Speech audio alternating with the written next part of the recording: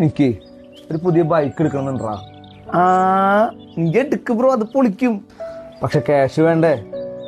എടാ cash problem ഉണ്ടെങ്കിൽ ഒരു കാര്യം ചെയ്യും, EMI ട്രൈ ചെയ്യേ. EMI ഒക്കെ സീനാടാ.